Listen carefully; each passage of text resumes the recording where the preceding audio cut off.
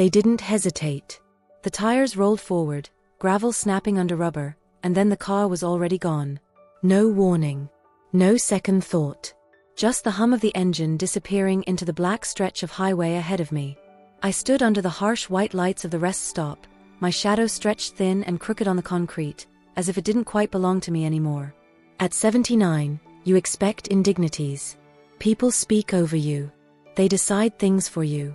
They smile politely while ignoring what you say. I had learned to endure those things quietly.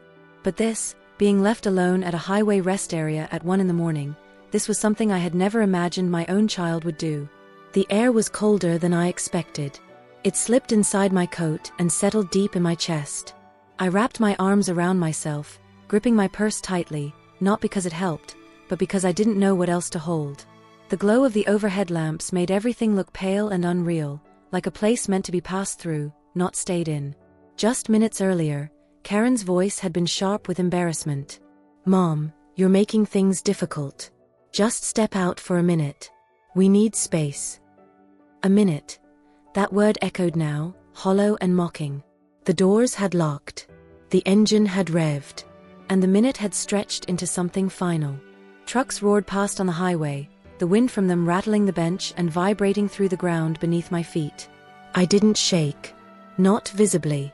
Somewhere along the way, age teaches you how to keep your fear tucked neatly inside, where no one else has to see it. I walked slowly toward the vending machines and sat down on the metal bench nearby. The surface was cold, even through my clothes. I lowered myself carefully, my knees complaining, my back stiff from the long drive earlier that evening. My hip throbbed, the same hip Karen had rolled her eyes about when I asked if we could head home from dinner. From my purse, I took out the small spiral notebook I always carried. I had bought it years ago, imagining it would hold recipes, reminders, grocery lists. Instead, it had become something else entirely. A quiet witness. A place where I told myself the truth when I could no longer say it out loud. I flipped to a clean page and wrote slowly, carefully, making sure my hand stayed steady. 1:02 a.m. Left at highway rest stop. Cold night. No confusión. That last line surprised me. No confusión. I should have been frantic, terrified, disoriented. But instead, my thoughts felt painfully sharp. Clear in a way they hadn't been in years. The excuses I had made for Karen and her husband began to fall apart in the cold air. They didn't mean it. They're stressed. They didn't realize. All of it dissolved. A car pulled into the rest area, headlights sweeping over me briefly before turning away. A young couple stepped out, arguing in hushed voices about something trivial. They didn't look at me. I was invisible to them, just another elderly woman on a bench, nothing worth noticing. I was grateful for that. I replayed the evening in my mind, the forced smiles over dinner, the way David sighed loudly when I mentioned my hip hurting, the way Karen's jaw tightened when I asked if it was time to go. I remembered her whispering sharply, "You always make everything harder," as if my existence itself were an inconvenience. Then the sudden stop at the rest area. The clipped voices. The doors shutting behind me. I wrote again. This was not an accident. It was a choice. Tonight only revealed it. Time passed strangely after that. The sky darkened further, the loneliness settling into something heavier, more solid. Not panic, resolve. I had spent years bending myself into something smaller to keep the peace. That night in the cold, I felt that habit crack. Eventually, a patrol car rolled in quietly. The officer rolled down his window, concern etched across his face. "Ma'am, are you okay?" I met his eyes and answered honestly. "No. But I'm not in danger. I was left here." I didn't cry. I didn't exaggerate. I told him exactly what had happened. His expression softened, then hardened in a way that told me he understood more than he said. He helped me into the warmth of the car and called it in. As we drove, he spoke gently. "Family situations can get complicated."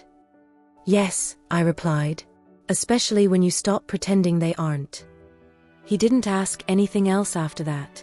When we reached my neighborhood, the houses sat quietly, dark and unaware, like people sleeping peacefully while someone else's world is unraveling nearby. The officer walked me to the door and waited until I was safely inside. I thanked him and stood alone in the hallway, my coat still on, the cold still clinging to me. The house was silent. Too silent. I opened my notebook once more. This is the night I started paying attention. For the first time in years, the quiet didn't make me feel invisible. It made me feel awake. And somewhere deep inside, I knew that was far more dangerous for my family than anything that had happened on that highway. I stood in the hallway longer than necessary, listening to the house breathe. Every home has a sound when it's asleep. A faint hum from the refrigerator. The tick of cooling pipes. The quiet settling of walls that have heard too much over the years. This house sounded the same as it always had, and yet I felt like a stranger standing inside it. I hung my coat over the back of a chair instead of placing it on the hook where Karen preferred it. I didn't trust my legs yet. The cold from the highway still lived inside my bones, and I needed to sit before it reminded me who was in charge. I lowered myself onto the kitchen chair and rested my hands flat on the table. The wood felt familiar, worn smooth by years of use, mostly mine. Meals cooked. Dishes cleaned. Afternoons waiting for people who rarely noticed when I was there. That was when I heard soft footsteps. Not rushed. Not irritated. Light. Only one person in this house walked like that. Grandma. Lily's voice floated down the hallway, uncertain but hopeful.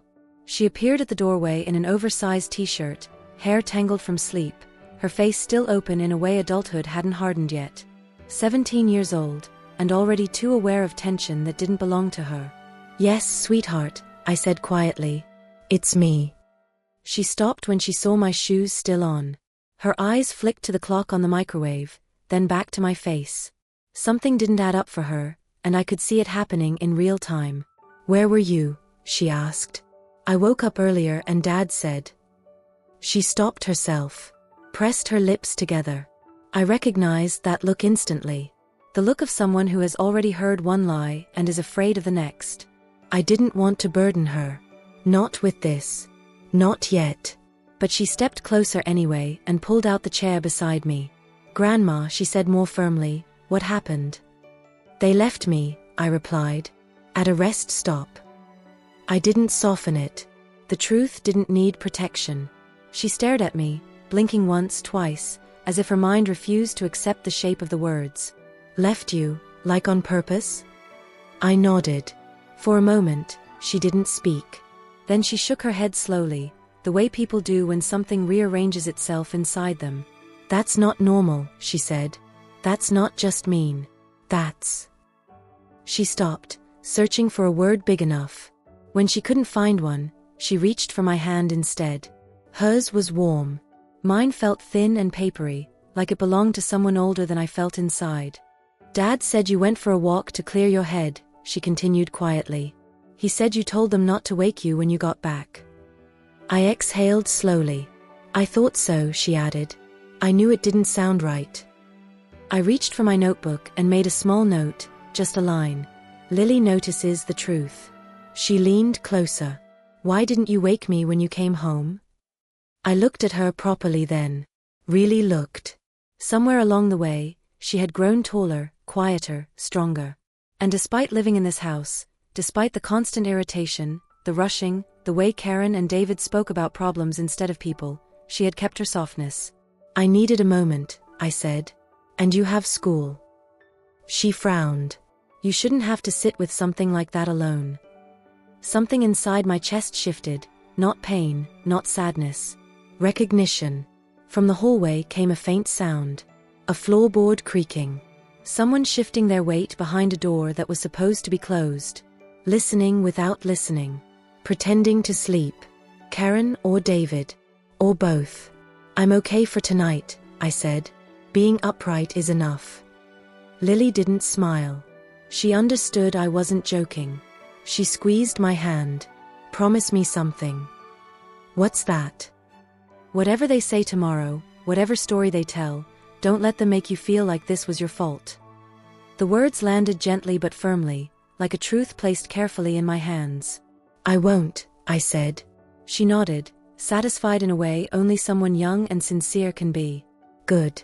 Because they already get away with too much." She hugged me longer than usual before heading back to her room. When her door clicked shut, the house returned to its practiced silence. But I wasn't fooled anymore. Silence here wasn't peace. It was avoidance. I opened my notebook again. Returned home. Police officer kind. Karen and David hiding. Then, after a pause, I added one more line. Tomorrow, bank. Not because of money. Because truth leaves a trail, and I needed to see where mine had been taken. I didn't sleep properly that night. My body rested, but my mind stayed alert, standing guard over thoughts I had ignored for too long. By morning, the house began to wake the way it always did. 2 loud doors, clattering mugs, voices carefully controlled to sound normal. Karen's voice came first. Mom? Are you awake? She didn't ask with concern. She asked the way someone checks whether a problem has resolved itself without effort. Yes, I replied from the kitchen table, my notebook open in front of me. I didn't close it when she entered. I wanted her to see it. She was already dressed for work, hair perfect, expression smooth. Control always mattered to her, especially when guilt threatened to surface. I heard you came home late, she said.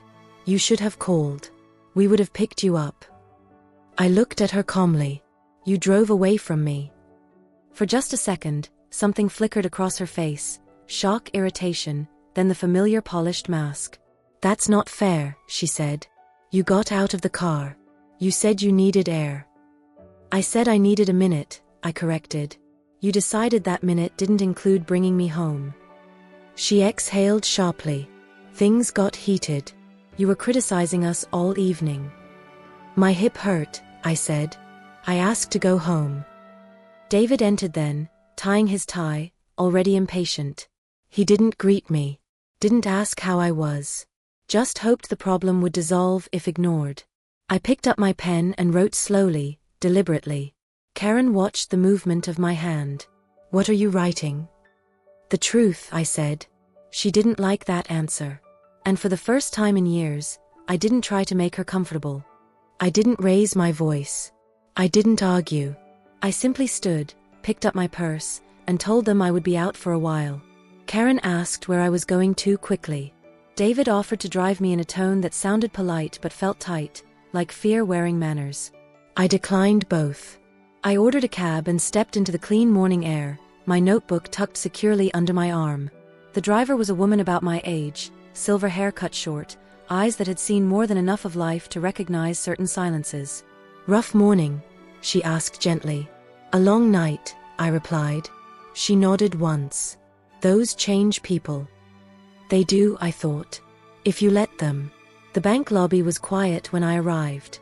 Too quiet for the weight I was carrying. A young teller smiled politely, the kind of smile practiced during training, not born of interest. I asked to speak with a financial manager. Privately. He led me to a waiting area, and after a few minutes, a woman in her 50s approached. Her posture was steady, her eyes direct. Her name tag read Elaine. Her office was small but orderly.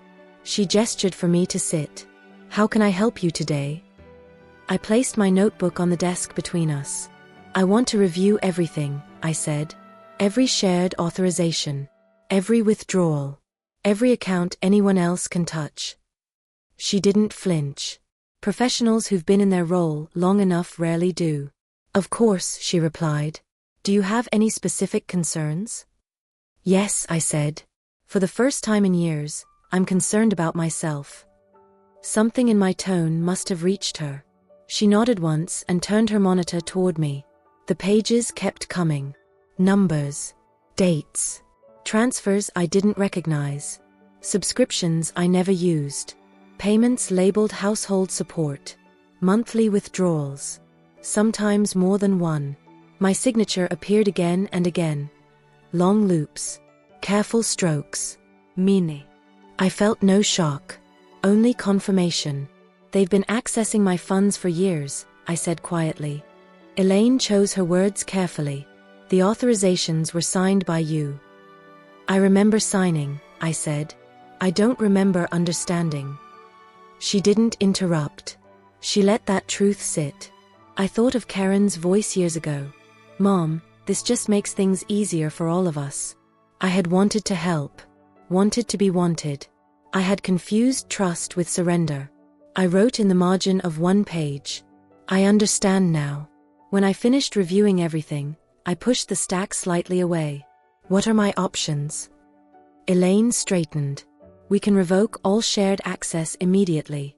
Suspend automatic withdrawals. Set up alerts so you're notified of every transaction. Full control returns to you. Do it, I said. All of it. She nodded and began typing. Each keystroke sounded like something locking back into place, not trapping me, but freeing me. When she asked if I felt safe where I lived, I didn't answer right away. I thought of the rest stop. The locked doors. The lie told to Lily. The house filled with careful silence. No, I said finally. But I'm not afraid. There's a difference. She understood that too. By the time I left the bank, the stack of papers in my purse felt heavier than paper should. Years of small decisions made without my full awareness. Years of access I never should have given. Outside, my phone buzzed. Karen. Then David. Then Karen again. I didn't answer. I wrote instead. They feel the shift. The lawyer's office was next. She was older than I expected, hair the color of storm clouds, voice calm without softness. She listened without pity, without interruption. When I finished, she nodded. I hear this more often than people think, she said. Children forget their parents are people, not resources. She laid out the steps. Revoking access. Restructuring my estate. Protecting what remained of my autonomy. I signed every document without my hand shaking. I want my granddaughter protected, I said. Not her parents. The lawyer didn't question that. She simply made it strong. When I walked out of her office, the sun felt warmer. Not brighter. Just warmer. By the time I returned home, the house felt tense. Like it had been waiting. Karen and David were already there. The confrontation didn't explode. It sharpened. The bank called us, David said. Something's wrong with your accounts. Yes, I replied. They belong to me now. Karen accused. David calculated. I stayed calm. I was left alone on a highway at 1 a.m, I said. That clarified everything. They didn't have an answer for that. Not one that mattered. And somewhere deep inside, I knew this was only the beginning. The house didn't feel the same when I stepped back inside. Nothing had moved. The furniture sat where it always had. The air smelled of the same detergent Karen preferred. Yet something invisible had shifted. Control, once assumed, now felt uncertain. And uncertainty makes people careless. Karen stood near the kitchen counter, arms crossed tightly against her chest. David lingered closer to the doorway, as if he might retreat at any moment if things turned uncomfortable. Neither of them asked how my morning had been. Instead, Karen spoke first. The bank told us you revoked access, she said, her voice sharp with disbelief. You didn't even talk to us. I wasn't asking permission, I replied. Her eyes widened. Not in anger at first, but in shock. She wasn't used to that tone from me. I had always explained myself. Apologized first. Softened the ground before stepping forward. David cleared his throat. We've managed things for years. You never had an issue before. I did, I said calmly. I simply stopped ignoring it. Karen scoffed. This is because of last night. You're upset. Yes, I agreed. And I'm awake. That unsettled them more than shouting ever could. They argued that I misunderstood. That things got heated. That families make mistakes. David suggested we move on, as if being left alone on a highway were something you could simply fold away. I opened my notebook. I didn't read from it. I didn't need to. Just the sight of it made Karen tense. I wrote down exactly what happened, I said. So nothing gets blurred later. David looked uneasy. People who twist reality don't like written records. From the hallway came footsteps. Lily. She stopped when she saw all three of us in the kitchen, the air thick and tight. Her eyes moved from Karen's flushed face to David's clenched jaw, then to me, calm seated, pen resting beside my notebook. What's going on? She asked. Karen answered too quickly. Your grandmother is confused and upset. Lily didn't look at her. She looked at me. I was left at a rest stop, I said evenly. At 1 a.m. The silence that followed was heavy and absolute. Lily's face changed. Not shock, she already knew. This was something else. Acceptance. Decision. That's not confusion, she said quietly.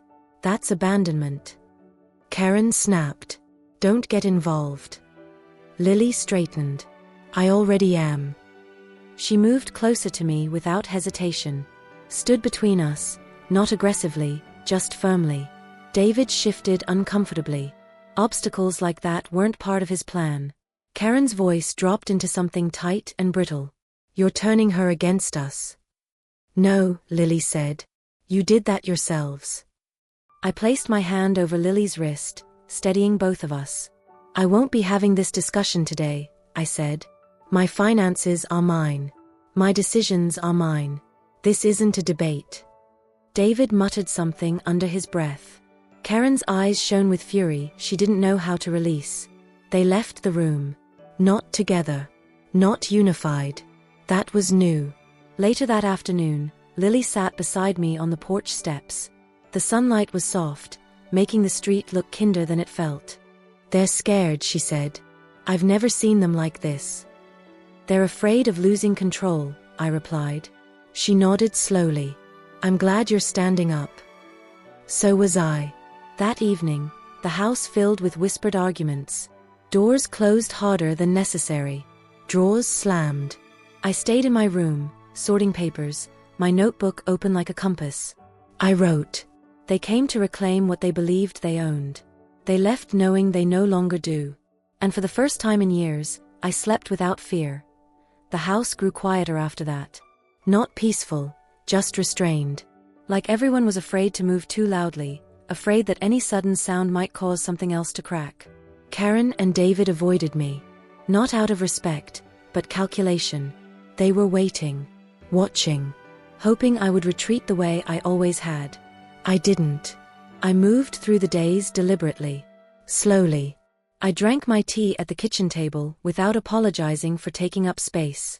I wrote in my notebook every morning, not because I was afraid of forgetting, but because clarity deserves a place to land. Lily noticed. She started sitting with me more. Sometimes she talked. Sometimes she didn't. She would just sit across from me, homework spread out, presence steady. She didn't ask me to explain myself again. She already understood. One evening, as the house settled into another tense silence, she sat beside me on the couch. Are you going to leave? She asked. The question wasn't accusing. It wasn't pleading. It was careful. Yes, I said, but not running. And not suddenly. She nodded, absorbing that. Good. That single word carried more support than any apology Karen had ever offered. I didn't announce my plans. I didn't argue. I prepared. I looked at places online late at night, small, quiet homes where no one would sigh when I entered a room. I found a cottage by the water 2 hours away. Worn paint. Modest price. Honest photos. Something in me recognized it immediately.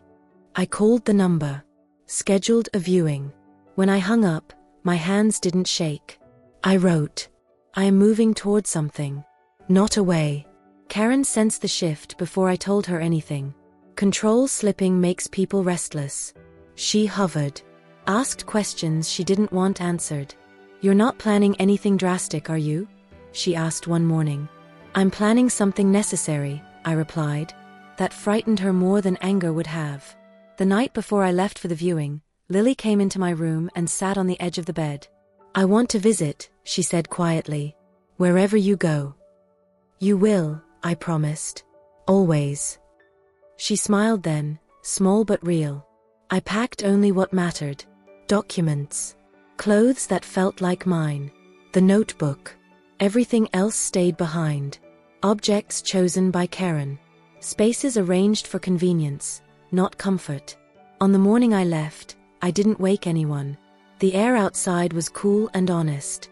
I sat in a cafe afterward, notebook open, tea growing cold as I searched listings again. I felt young and old at the same time. Nervous. Free. When I returned home later that day, Karen and David confronted me again. Accusations. Fear. Demands. I'm making decisions, I said simply. You can't just cut us out, Karen insisted. I'm not cutting you out, I replied. I'm stepping out. They didn't understand. They weren't meant to. That night, Lily hugged me tightly and whispered, I'm glad you're waking up. So was I. They came to my room that evening together. That alone told me everything. Karen knocked once, too softly to be genuine, then opened the door without waiting. David followed a step behind her, his expression tight, his patience already thinning. They stopped when they saw the stacks of papers on my desk. Documents neatly sorted. Envelopes labeled. A life quietly organizing itself without their approval. Karen sat on the edge of the bed, smoothing her hair the way she always did when she wanted to appear calm. I called the number. Scheduled a viewing. When I hung up, my hands didn't shake. I wrote, I am moving toward something. Not away. Karen sensed the shift before I told her anything. Control slipping makes people restless. She hovered. Asked questions she didn't want answered. You're not planning anything drastic, are you? She asked one morning. I'm planning something necessary, I replied. That frightened her more than anger would have. The night before I left for the viewing, Lily came into my room and sat on the edge of the bed.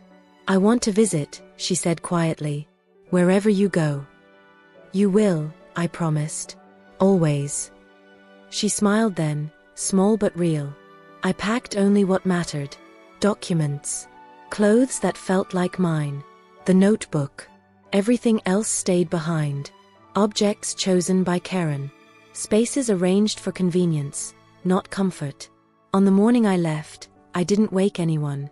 The air outside was cool and honest. I sat in a cafe afterward, notebook open, tea growing cold as I searched listings again. I felt young and old at the same time. Nervous. Free. When I returned home later that day, Karen and David confronted me again. Accusations. Fear. Demands. I'm making decisions, I said simply. You can't just cut us out, Karen insisted. I'm not cutting you out, I replied. I'm stepping out. They didn't understand. They weren't meant to. That night, Lily hugged me tightly and whispered, I'm glad you're waking up. So was I. They came to my room that evening together. That alone told me everything. Karen knocked once, too softly to be genuine, then opened the door without waiting. David followed a step behind her, his expression tight, his patience already thinning. They stopped when they saw the stacks of papers on my desk. Documents neatly sorted. Envelopes labeled.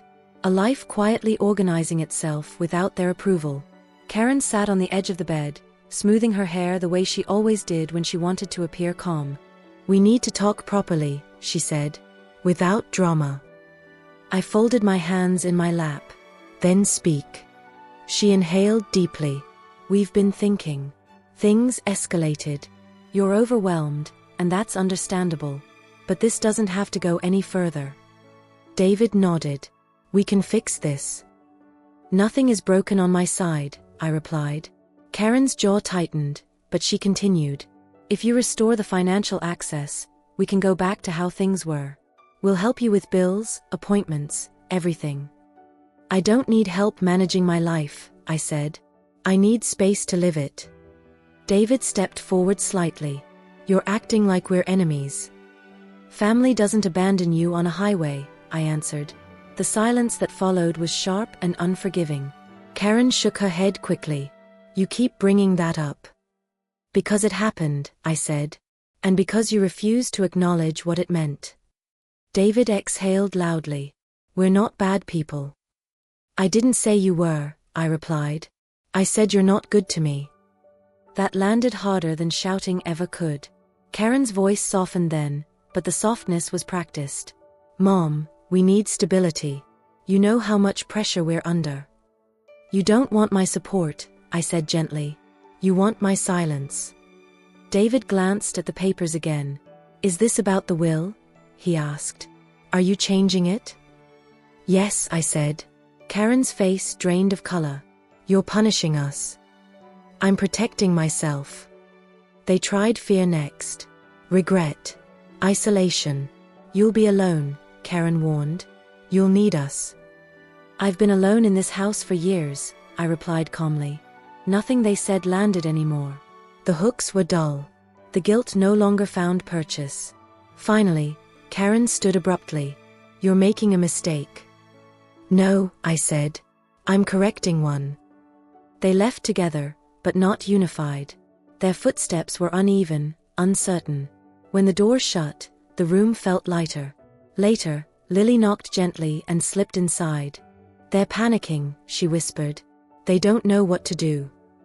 "I know," I said. She sat beside me. "I don't blame you. Not for any of this." I placed my hand over hers. "You never should." That night, I wrote. They came to reclaim control. They left with nothing but fear. I slept peacefully. I didn't announce the day I was leaving. There was no point. Announcements invite arguments, and I was done negotiating my own existence. I woke before dawn, when the house was still wrapped in its shallow, uneasy sleep. The kind that comes after too many unresolved things. I moved slowly, carefully, not because I was afraid of waking them, but because I wanted to remember the moment clearly. The hallway light buzzed faintly as I passed beneath it. The walls looked the same. The family photos still hung where Karen had arranged them, everyone smiling, everyone posed. I noticed, not for the first time, how often I stood at the edge of those frames. In my room, my bags waited by the door. Modest. Practical. Enough. I paused once, hand on the doorknob, and listened. The house offered no resistance. No epalegi. No goodbye. That was fine. I walked out just as the sky began to lighten, the air cool and honest against my skin. The cab arrived quietly. The driver didn't ask questions. Some people understand that silence is a form of respect. As we pulled away, I didn't look back. At the edge of town, my phone vibrated. A message. "Lily." I opened it carefully. "I put a note in your coat pocket. I love you. Don't shrink again." I reached into my pocket and felt the folded paper immediately. I didn't read it yet. Some things deserve time. The drive was long enough for my thoughts to settle. Not rush. Not replay. Just settle. I watched the landscape change gradually, concrete giving way to open stretches of land, then trees, then water glinting through breaks in the road. When we arrived, the cottage looked smaller than the photos. Older. Real. The paint was chipped. The porch creaked. The windows needed cleaning. But the door opened easily, and the air inside smelled like wood and quiet. I stepped in alone. The rooms were empty. No furniture. No echoes of other people's expectations. Just space. Possibility. I set my bags down in the center of the living room and stood there for a long moment, listening. No sais. No tensión. No footsteps behind me. I sat on the floor and finally unfolded Lily's note. "You taught me what strength looks like when it's calm. I won't forget." My hands trembled then, not from fear but release. I wrote in my notebook one last time that day. I left without permission. I arrived whole. That night, I slept on a mattress on the floor, wrapped in blankets, listening to the water outside. The sound was steady, unconcerned. It didn't ask anything of me. For the first time in years, neither did I. The first morning in the cottage arrived without noise. No alarm. No footsteps overhead. No voices negotiating the day before it began. Just pale light filtering through thin curtains and the steady rhythm of water moving beyond the trees. I made tea on a small stove that clicked before warming. The mug didn't match anything else. I liked that. I sat on the porch wrapped in a sweater and let the cold air remind me I was real, present, and unclaimed. My phone stayed quiet for hours. When it finally buzzed, I wasn't surprised. Karen left a message first. Her voice wavered between anger and concern, never quite landing on either. She spoke about family, about misunderstandings, about how dramatic things had become. She never once said my name. David's message followed later. Shorter. Practical. He asked about the accounts. Mentioned bills. Avoided everything else. I didn't respond. Silence, I was learning, is not avoidance when it's chosen. It's boundary. A letter arrived 2 days later, forwarded mail. Karen's handwriting on the envelope, tight and slanted. Inside, the words were careful, rehearsed. She spoke of regret without ownership, of fear without apology, of forgiveness without accountability. I folded the letter and placed it in a drawer. Not as evidence, as closure. My lawyer called that afternoon. The steps we had taken were working. Access revoked. Estate restructured. Protections in place. No loopholes. You did the right thing, she said, even if they never admit it. I know, I replied. That evening, Lily called. They're angry, she said, but they're also different. Quieter. I smiled softly. That happens when control disappears. I'm okay, she added quickly. I'm saving. Planning. Watching. I heard myself in her words and felt both pride and sadness at how early she had learned these lessons. Weeks passed. The cottage slowly filled, not with things, but with routines. Morning walks. Journaling by the window. Books read slowly, not rushed.